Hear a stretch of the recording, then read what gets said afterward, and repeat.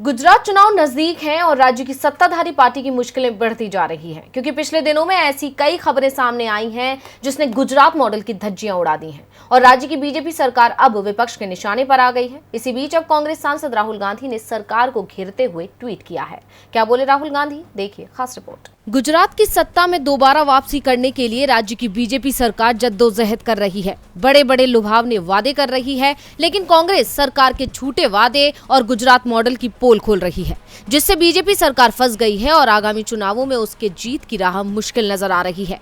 पिछले दिनों जहां गुजरात में आई बाढ़ के चलते गुजरात मॉडल की धज्जियां उड़ी थी, तो अब राज्य में ड्रग्स का मुद्दा गर्मा गया है और इसी को लेकर अब राहुल गांधी ने ट्वीट करते हुए सरकार पर सवालों की बौछार कर दी है। राहुल गांधी ने ट्वीट कर कहा, गुजरात में ease of doing drugs business. प्रधानमंत्री जी, इन सवालों के जवाब दीजिए। गुजरात में हजारों करोड़ की ड्रग्स पहुंच रही है। गांधी पटेल की पावन भूमि पर ये जहर कौन फैला रहा है?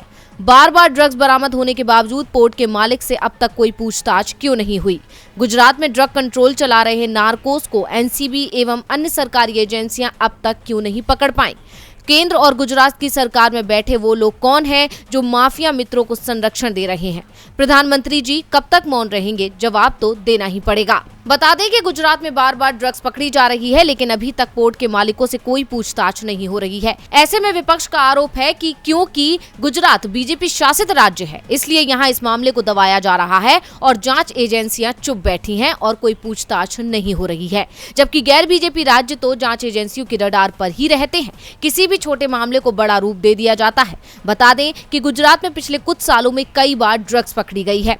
2017 गुजरात के समुद्र में एक व्यापारी जहाज से 1500 किलो हेरोइन जब्त। 2018 5 किलो हेरोइन के साथ 2 गिरफ्तार। 2020 175 करोड़ रुपए की 35 किलोग्राम हेरोइन के साथ 5 पाकिस्तानी गिरफ्तार।